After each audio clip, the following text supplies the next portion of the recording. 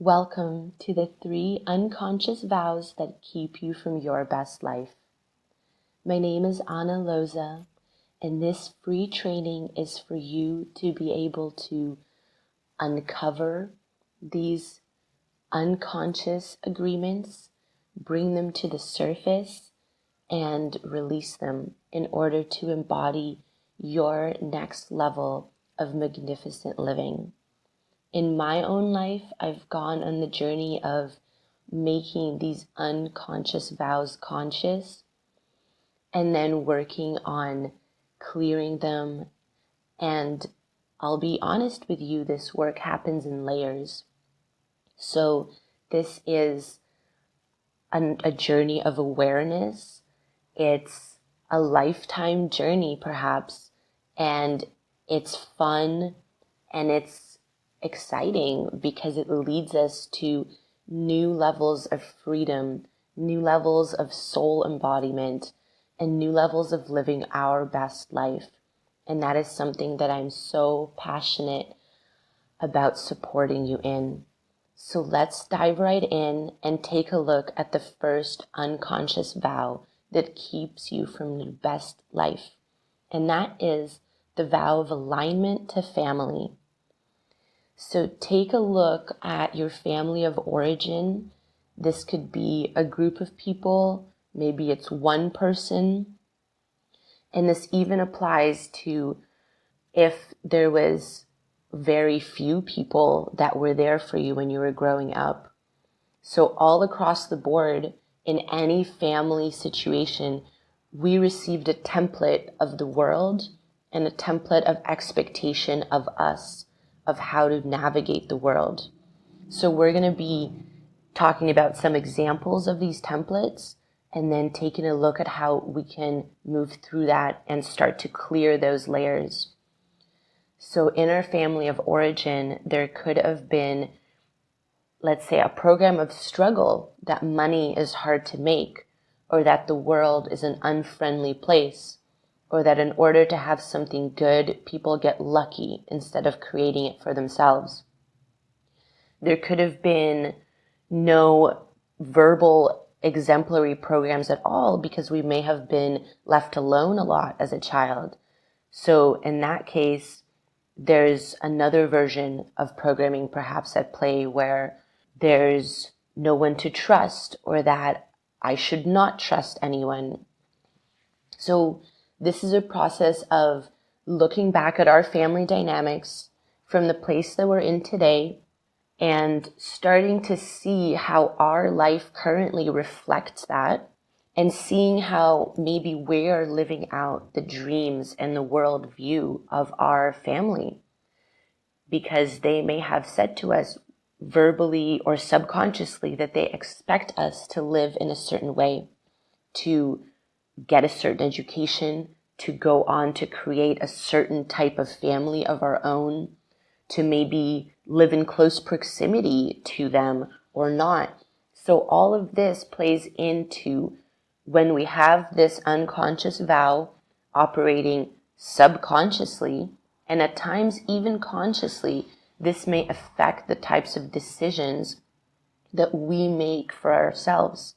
So even though our best life, our soul path, our heart alignment might call us to go to this part of the world or get that kind of education or just drop out of school or be in love with this kind of person, our alignment to family will stop us from activating that or keep those passions at a low level. So this can operate in many different ways. And even if we are living those life choices that are contrary to the vow of alignment with family, when that vow is still operating, we may be experiencing discomfort about our life choices and life path. So we may feel shame or judgment or secrecy or discomfort, just any type of suffering that's less than love, contentment, or excitement, because we're choosing a path and at the same time we have a vow of this alignment. So that's why it's very important to clear this. So this is an invitation to look at your family structure, look at how your life currently is reflecting that, and just start with the simple question of, to what extent is this my sovereign decision? To what extent are these life path decisions my sovereign soul and heart-based decisions? And many times it may be that our soul path choices align with what our family has instilled in us. So this isn't a journey of completely dismantling everything.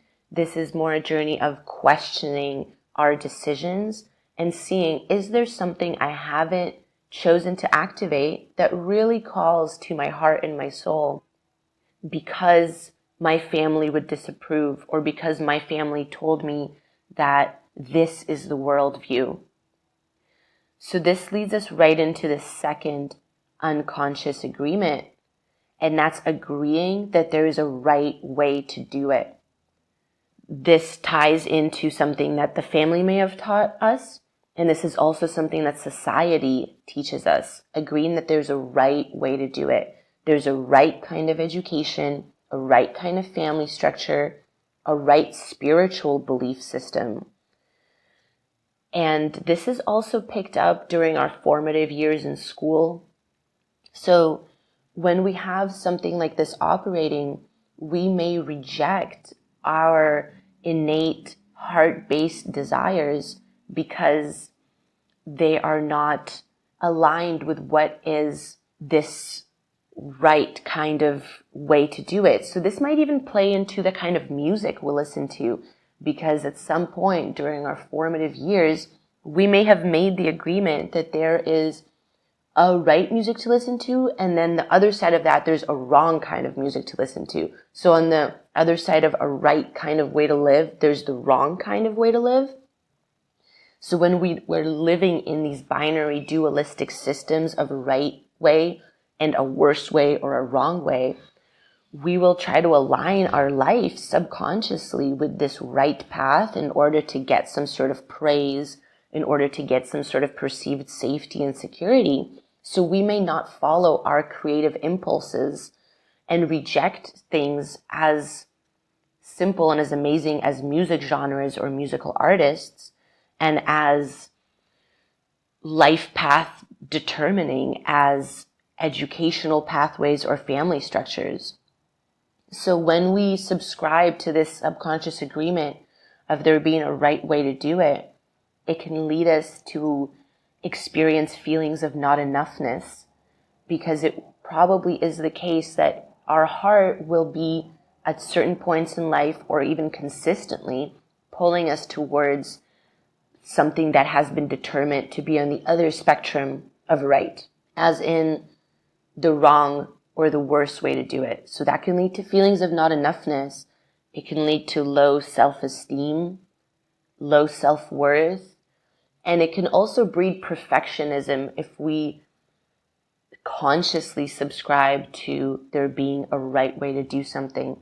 So we will strive to attain this level of perfectionism in our life, and usually a belief that we will not be loved unless we're living in this right way will go hand in hand with this. So once we start to witness that and dismantle this, and this is an ongoing process because layers of this will come up in many different areas of life. Once we start to dismantle this, we start to get the freedom, the soul freedom, to follow our own innate heart compass. And this is what structuring your magnificent life is all about. It's about tuning in to your sovereign desires. So this leads us right into the third unconscious vow, and that is standing out from the crowd. The vow that we will not stand out from the crowd, from the tribe, from society.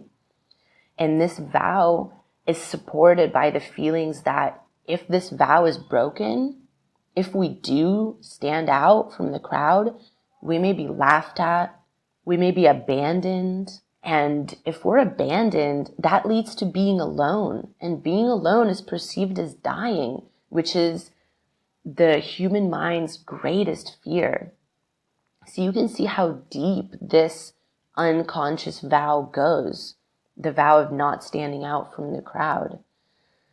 So here we really get to the crux of so much resistance to following our magnificent life creation, our soul path, because we are at a point in history, in society, where there are so many people, you, who have a unique soul expression that is usually contradictory or different or unique in respect to society's direction.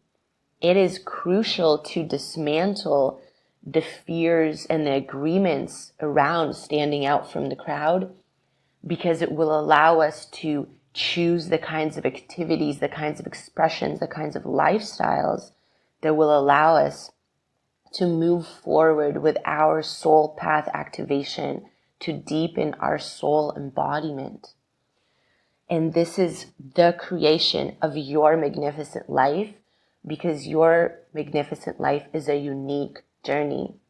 There will be resemblances to certain things. There will be alignments to certain things. That said, on the deepest levels, your unique pathway will be exactly that. It's unique to you, and you are here to activate it. Once you open up yourself, your heart space, and your mind space to completely listen and follow the directions that your joy and your excitement pulls you in. And yes, that may be directions where you end up standing out from the crowd.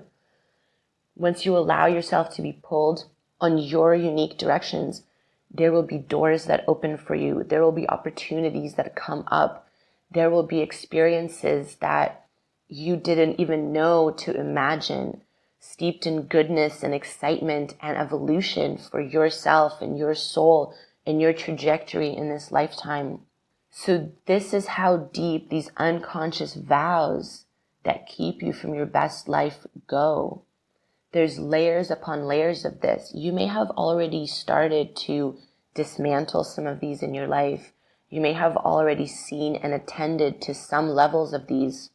That said, they go deep and they root into fear, abandonment, and restriction, the fear of death, the vow of alignment to family, the vow of agreeing that there's a right way to do it, and conversely then a wrong way to do it.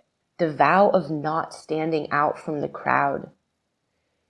This is a trinity of agreements that keep you from activating your magnificent potential. And as we go and start to uncover this, as we said, more layers of this will come up with compassion, with self-compassion, with dignity and sovereign alignment to our heart path, digging down and just knowing that this may be operating in our life choices.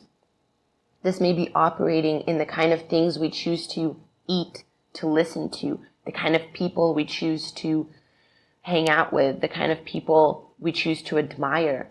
So just really coming back and saying, well, how aligned is this with activating my unique soul path? What is my soul path beyond these agreements, beyond alignment to family, beyond thinking that there's a right way or a perfect way to do it, beyond blending into society or the crowd? What are my choices beyond this? What would I do if each of these vows was broken? So go ahead and get a pen and paper, and you can pause this as you go and set yourself up for this. This is so vital to channel this as writing through your hand, whether it's in a pen or on your keyboard, to connect this mental, emotional process with the physical letters and movements of your muscle. So this ties two energetic worlds together, and this will create shifts for you. We will be writing down what it is that we would do if we had no alignment to family. If the vow of alignment to family was broken, what is at least one life choice and life decision that we would do. So this may bring up fear, this may bring up resistance, this may bring up feelings of, wow, I would be selfish if I did this. Know that you are safe. This is a writing exercise. No one needs to know or see what it is that you're writing down here. That said, go ahead and challenge yourself to write down one life choice that you have seen twinkle inside your heart, that you have been pulled to, maybe that you've been thinking about for years even, that you would feel very free to go do if the vow of alignment to family was no more in your life. So go ahead and write that down. Press pause here. Take a moment and write down at least one. Maybe there's more. And now let's write down one life choice that we are doing because we are living out the vow that there's a right way to do it. So take a look at your life, and maybe more answers to this will come up over the next couple days. Take a look at your life and see what it is that you are doing solely because you've been taught that it's the right way to do it.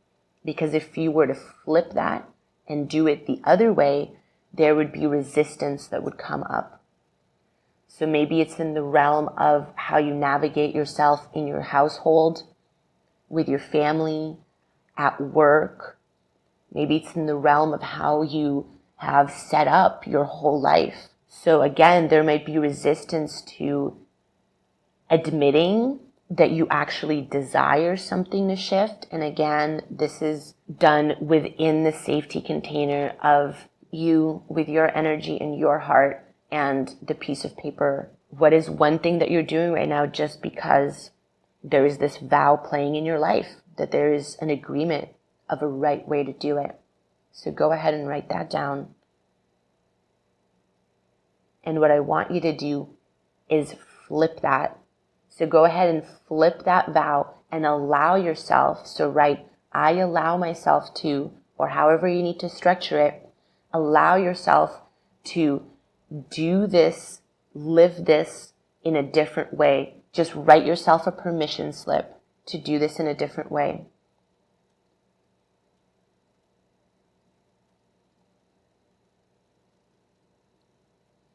And then we get to the third unconscious vow of not standing out from the crowd. Let's write down 1, 2, or 3 fears that come up when you imagine doing something that puts you in the spotlight, in terms of now people will know that I am apart from the crowd, from the agreements of society. So maybe it is that I have a fear of being laughed at. I have a fear of being ostracized. Even I have a fear of being killed. So these are things that run deep within us. So when we stand out from the status quo, imagine yourself doing something that puts yourself apart. Maybe it's something that you've thought about doing but haven't activated. Maybe it's something that you actually judge other people for doing. So put yourself in the position of standing apart and listen within your heart and within your body to any constriction that comes up, and write down 1 or 2 or 3 or more fears that come up. Name them. Name those fears. So go ahead and do that right now.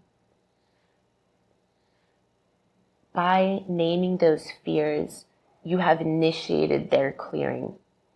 By looking within yourself and actually admitting that those fears exist, you have initiated their transcendence.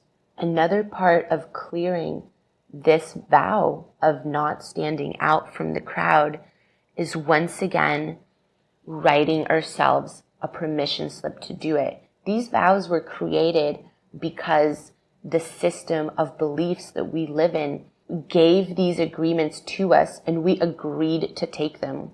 So by writing ourselves these permission slips, it's like we are giving ourselves new opportunities, new agreements, new permissions. So we are reversing this process and beginning a new field of agreements within ourselves. Now, once again, we're going to write out one life decision, one life choice that we would activate if this vow of not standing out from the crowd was broken. If we dissolve this vow, what is one way that we would be living? Maybe you are already living a life that puts you outside of society, outside of society's agreement fields. That's wonderful. And dig in to find one more way that you would like to live, that you've been saying no to, that you could say yes to if this vow was dissolved at an even deeper level. So write this in the present tense as if you are living this way right now. The ways that you perceive to put you outside of the crowd may be different than the way another person would perceive it.